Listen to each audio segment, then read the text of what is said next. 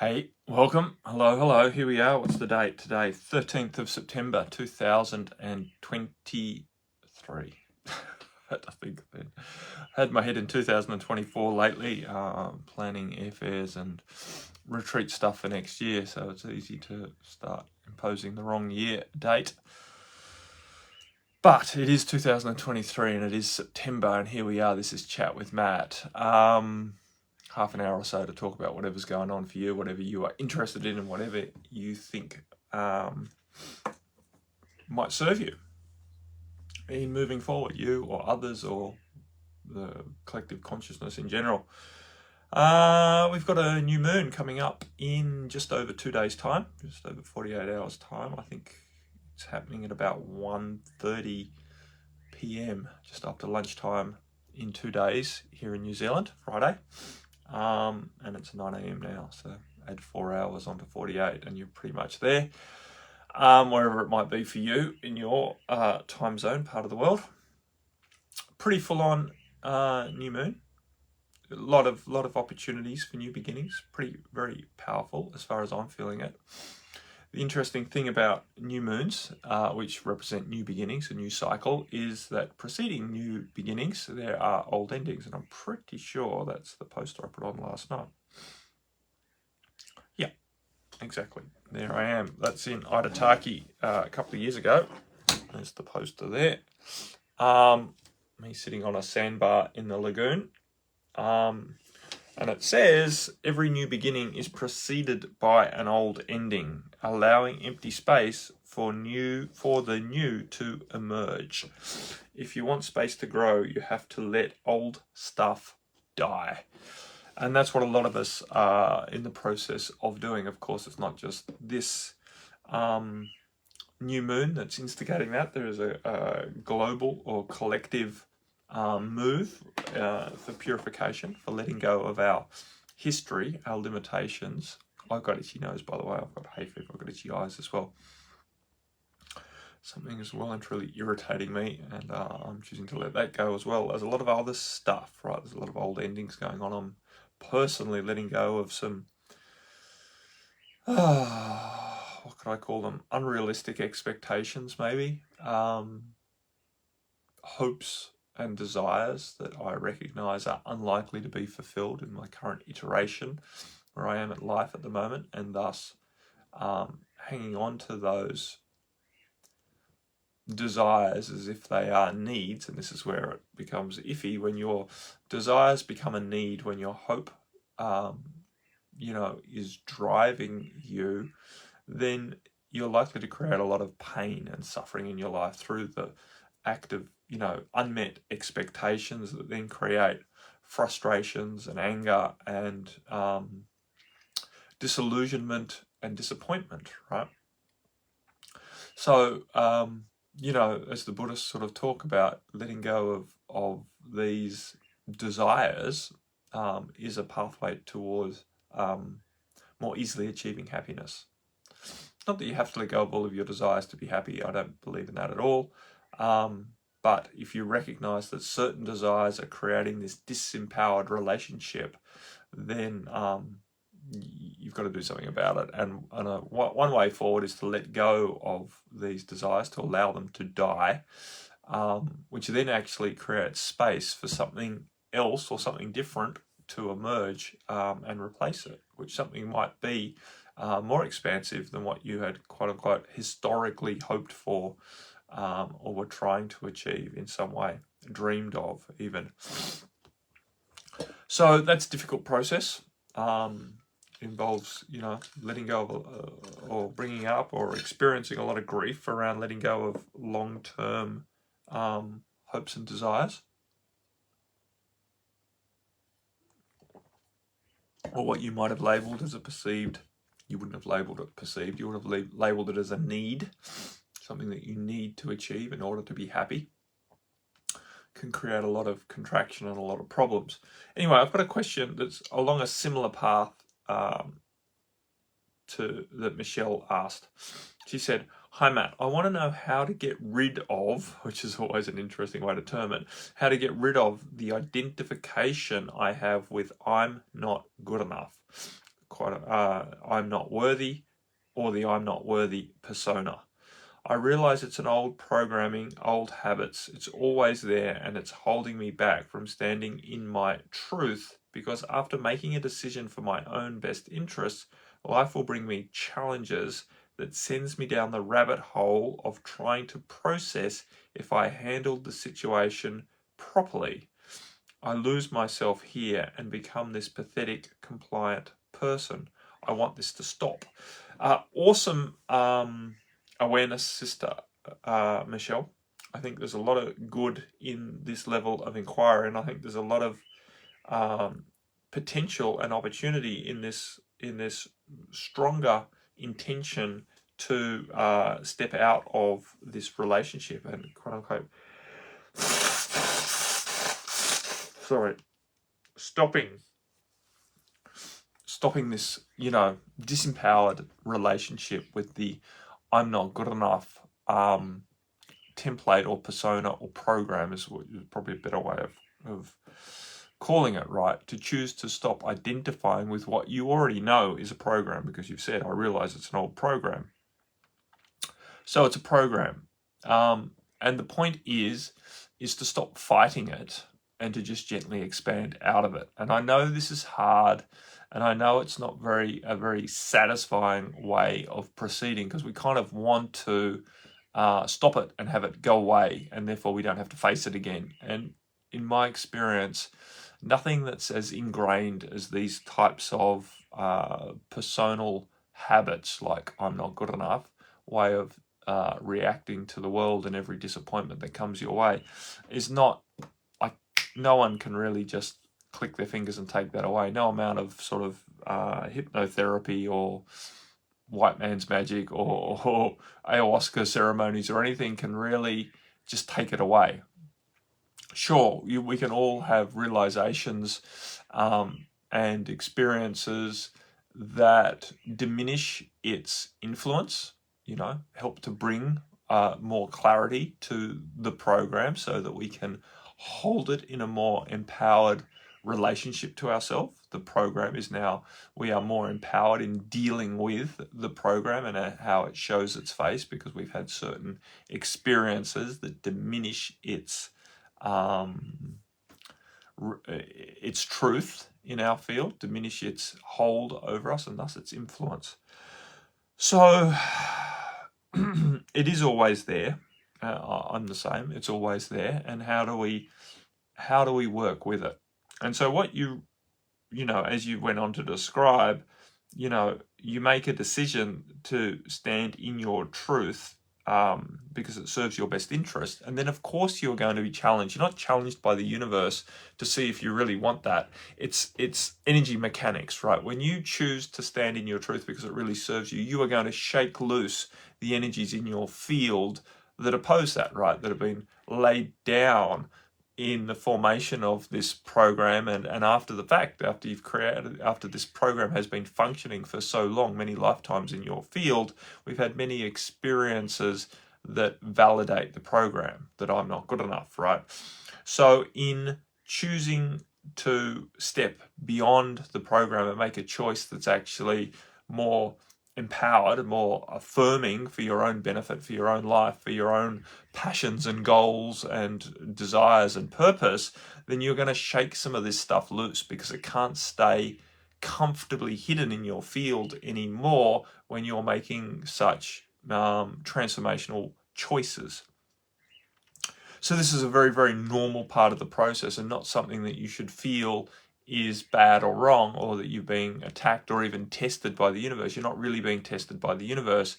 You're going through a natural process of energy purification, right? These old energies cannot stay in your field, and you have an opportunity to expand out of them because you are making choices to align with a more expansive or a higher vibration.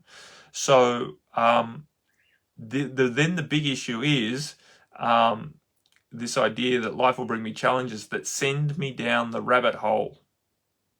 The challenges didn't send you down the rabbit hole necessarily, right? That's not absolute. That's not implied. That's, again, another habit of yours. And you're not alone, of course.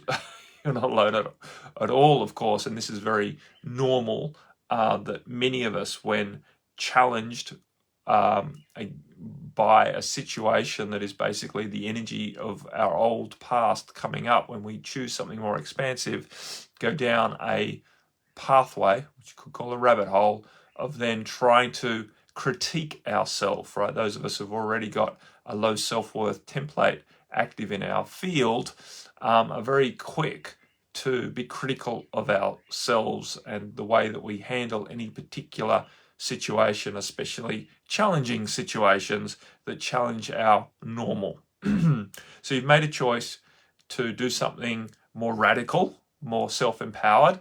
You've been challenged by the repercussions of that choice as old energies have come up and displayed themselves. And now you, where you have next have choice is whether you allow yourself to get drawn into this self-critical look at how you handled the situation. This is where you have the choice to relax out of that behavior. The thoughts are going to pop up, right? We can't stop the thoughts popping up. The thoughts popping up that, again, we weren't good enough in how we handled the situation is going to pop up. Our choice is to whether we believe those thoughts, whether we fight those thoughts, or whether we relax out of engaging with those thoughts because we recognize that it is part of the reaction of what we are purifying out of our field, right? What we're letting go of, what we're expanding out of, is always going to fight to maintain relevance as the process proceeds. So this is the issue, is not to lose yourself. It's to instigate strong or consistent, probably a better word, to instigate consistent processes and practices that bring you back into your self-power, right? Bring you back into your authentic self and the initial choice that you made to honor yourself by choosing in a way that was more in alignment with your best benefit. Recognizing that it's always going to bring up challenging situations as part of the purification of the old, and then to recognize that we're always going to feel challenged by that, and we're very rarely going to deal with it in a way that is completely satisfactory to our critical mind that's been programmed in this ideology of we're not good enough, is always looking for a way of validating I'm not good enough, especially when we're choosing to step out of that, because this is shaking the very foundation of our identity, which is a big thing for our ego, right? To have the identity of I'm not good enough shaken, because while we might not like, quote unquote, the identity of I'm not good enough, the ego finds it stable. Any identity that is well entracted in our field is stable, and thus the ego loves stability above all things. It loves the predictability that comes with stability, because then it feels that it can stay one step ahead of potential threats, right? Potential danger to the ego's survival. So when we start choosing to expand into making choices that are more empowered and more aligned with I am good enough, then that threatens our ego. And so we will always look for, the ego will always look for, because when we talk about we, what aspect of we are we talking about? But the egoic self will always look for evidence that we're still not good enough, and to then re-entrench that as the predominant and the habitual and the historic identity. So shifting out of our old identities is a very difficult path. No one should say anything else about that. Right? If someone's telling you that it's easy to shift your core identity, then they are probably trying to sell you up the path. It is difficult. It's not impossible, but it is difficult, and it will take a sustained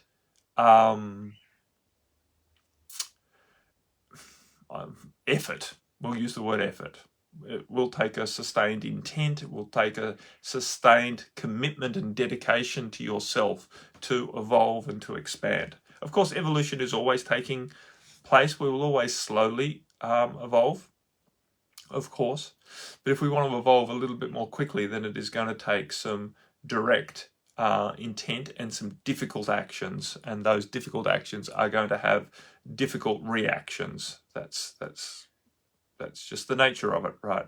So, but if we're prepared for it, if we know that it's coming, if we've experienced it time and time again, that when I make an empowered choice for myself, there is a repercussion that feels challenging, and then I'm going to feel that I don't handle that challenge as well as I would like, that I quote unquote should, right? When we can let go of letting the should dominate, and then let go of, allowing the self-criticism that could easily follow to dominate, then we can make progress.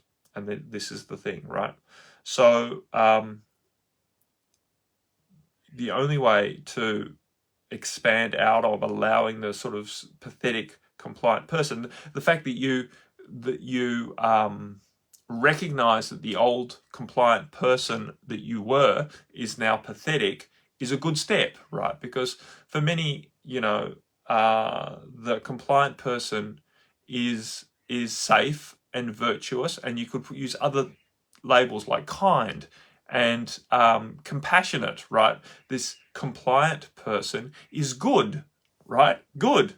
You're being good by being compliant, right? You're not ruffling feathers. You're not hurting other people. There's many ways that you could describe the compliant person. And of course, through the ages, we've been deluded into seeing ourselves in this light. The compliant person is a good person, a pious person, a virtuous person in many, many ways, right?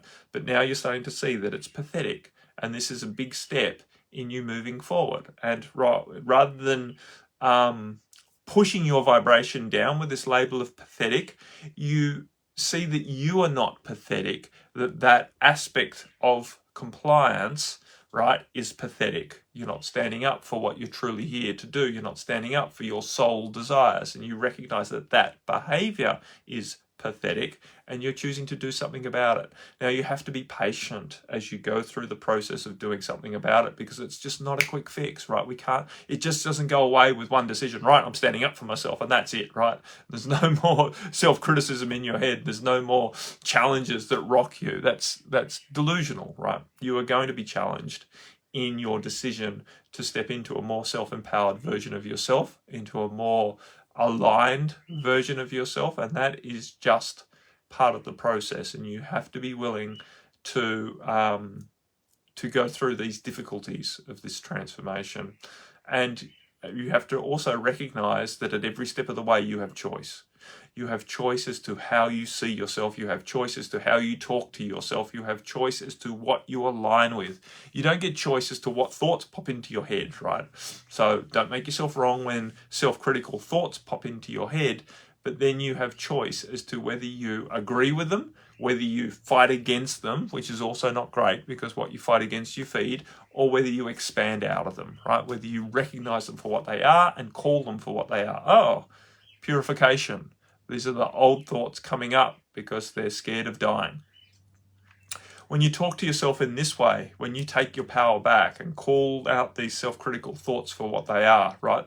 Old pathetic parts of your egoic identity struggling to maintain their influence in your field, struggling to maintain their relevance in your identity, then you slowly but surely win the game. They don't just disappear straight away. They're not gone forever, but slowly but surely you are eroding their influence, right? Because you are calling them out for what they are. Old, irrelevant parts of you that are dying, right? We have to be willing to go through this death process. We have to be willing to grieve, and we have to be willing to feel disappointed and scared and alone as we go through this process of losing aspects of ourselves that we once felt was important to us, or maybe we still do feel that it's important to us in some way, but we also recognize that it's not healthy and not useful, right? So, hey, Sister Susie. Hi, Matt. What the heck is going on? I'm feeling like shite again, sore throat, need to lie down. Yeah, well, it's it's the new moon. We can blame that. Yeah, I'm not feeling particularly great myself. So there's a lot going on energetically right now. This is a very powerful new moon. This is an awesome opportunity to let go of the old and allow it to die. And we must be willing to go through that process. And it feels like shite. It feels like shite. And having a sore throat is, you know, very, very understandable as we struggle to express the level of pain and suffering that we're going through as these old parts of us are dying.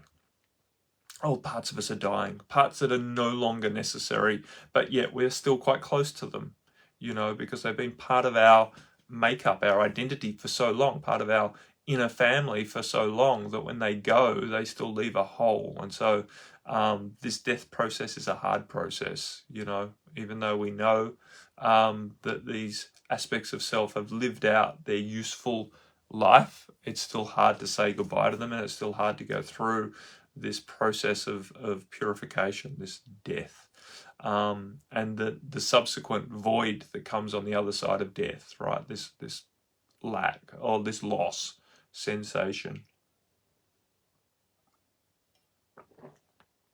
But here we are. Awesome. Susie said, yay, thanks, I feel better already. Perfect. Yeah, I'm glad I helped too. I did see your comment come through there, Michelle.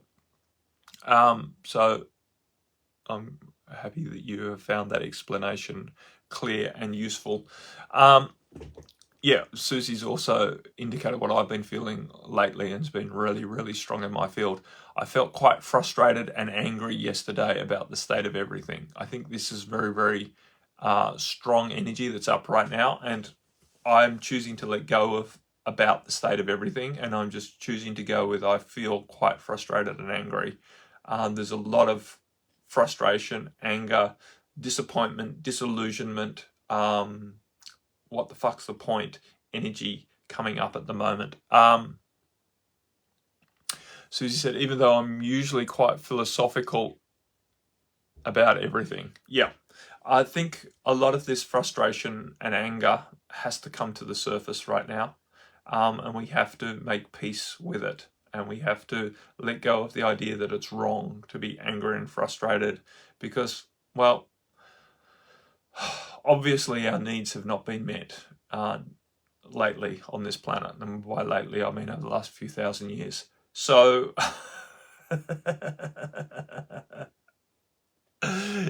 Susie said, that's what I did yesterday. Instead of attacking Tony about where he's storing his passwords, just let it go. Yeah, it's very, very easy to want to find a blame point for this level of anger and frustration. It's very easy to want to find some sort of victim that we can lash out at and somehow have a cathartic release of all of this anger and frustration that we're feeling, but ultimately directing it at people who are close in our lives because we feel safe enough with them that they will take it, is not useful in maintaining long-term relationships, and it's not useful in actually helping us move through this process in a more empowered way. I think we have to be willing to see it for what it is and see it that it is a long-term issue that we've all been facing as beings who are more aligned with the heart, more passionate about fair and equitable society and living spiritually in peace on this planet. Then it's been very difficult to digest the last few thousand years here. And so we have quite a bit of suppressed resentment and thus anger and disillusionment and all of the rest of it, right? Disappointments that have really cut us deep. And so that's all healing because the energy is shifting remarkably quickly. And I think it's important to recognize that we are coming out of this period of density very, very quickly. And it is very, very exciting for us on a soul level. And all of this human pain that we're going through, all of this purification of these angers and frustrations and these deep sorrows and pains and disconnections and all of this stuff that's coming up so powerfully right now is part of, it is a symptom of this very, very rapid transformation into a much more expansive field of opportunity. So this is This is how we're going. Susie said, I'm frustrated that he doesn't understand the actual of what's going on and doesn't want to read anything about it. Yeah, I know that can be frustrating when someone else doesn't want to enter into the same narrative that you are using to justify your anger and frustration.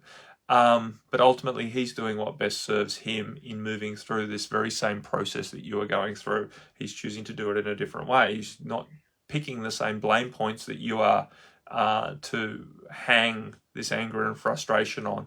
So, because ultimately all of those narratives that you're reading, no matter how much truth in it or whatever else, is an old story that's dying. And we don't actually need to go on and find out all of this stuff to actually instigate the change that we're looking for. Tony is just as powerfully bringing in a new world as you are. So that's as you just gone on to say, on the positive, he's choosing to dabble in hydroponics and is very excited about it. Perfect, right? So he's choosing to contribute in his way of providing the solution, right? Which is to decentralize the power networks by being able to grow our own food individually, right? Or at least a portion of it. This is important, and this energy is what's leading us out, right? Looking for the solutions rather than looking at the problems.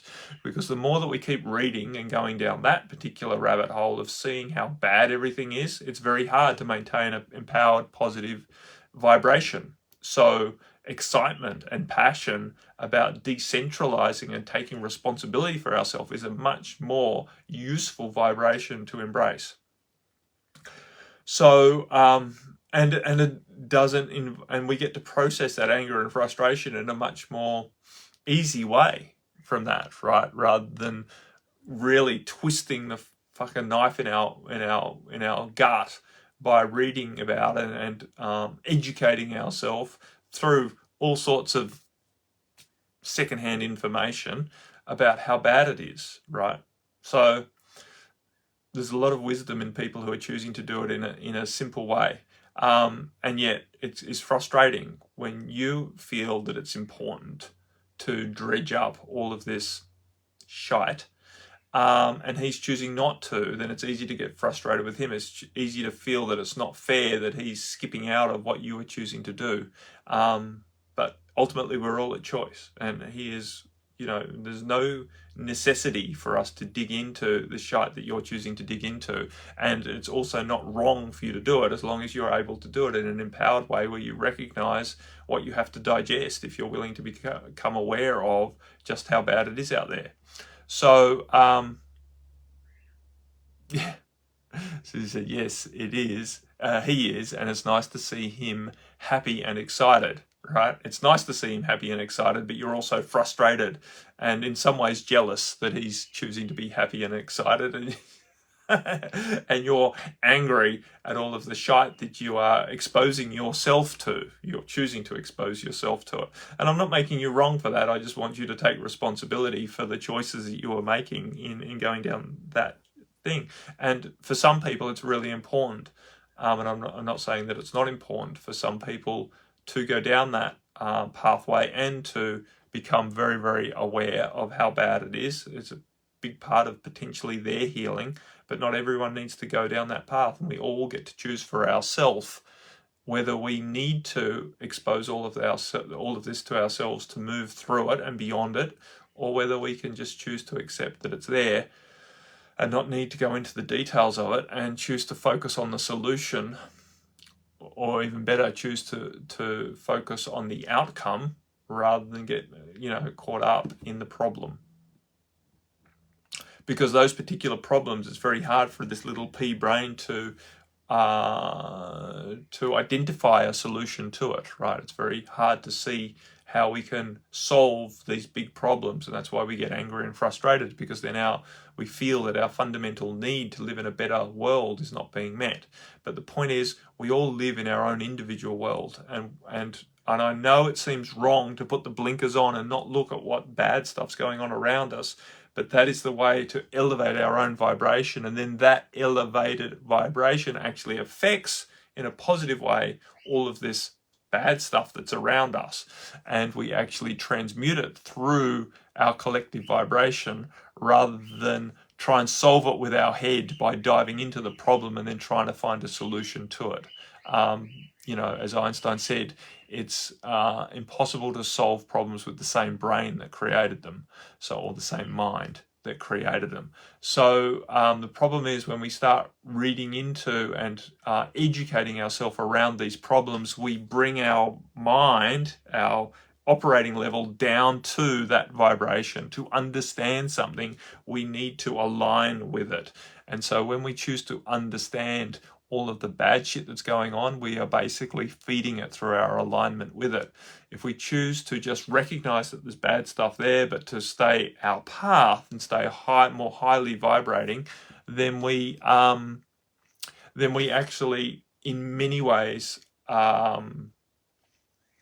dilute the influence that this bad shit is happening, and slowly but surely it will cease to happen because it won't find any sustaining energy here on the plane, because more and more people will be vibrating higher and higher. That stuff just simply won't have a place to exist, not to any real degree of influence anyway, right? There will always be shit in the shadows, right? And there's always going to be some shadows, like the yin and the yang symbol. Even in the big white tadpole, there's a black eye, and that's there for balance. And even when we've been through a very shite time on this planet, in the black tadpole, quote unquote, there's the white eye there. There is always the light existing in the dark, and that's what many of us have clung to over the over this this process. Sister Michelle said, I think it's supposed to be OMG, not ONG, but that's what I did for the past 3 years, got right down into all of that jabby stuff. Exactly. And then we make all of that stuff very wrong and bad. And, I've slipped down that pathway as well and got very angry and frustrated about it. And there's nothing wrong with a bit of that, as long as we can pull ourselves back out and realign with what we are choosing to stand for, right? Revolution happens not when people rise up and fight against what is, but when people rise up and align with what they choose, right? When we advocate for the outcome that we're desiring, that's when revolution happens.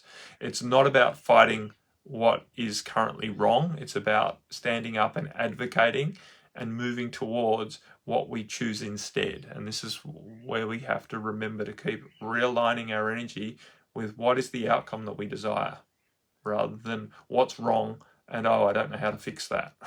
That's a very disempowered place to be.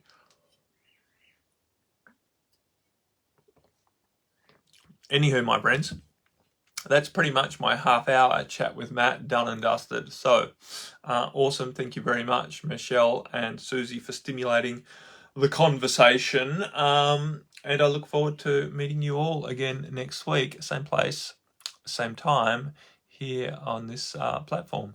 Much love. Bye for now.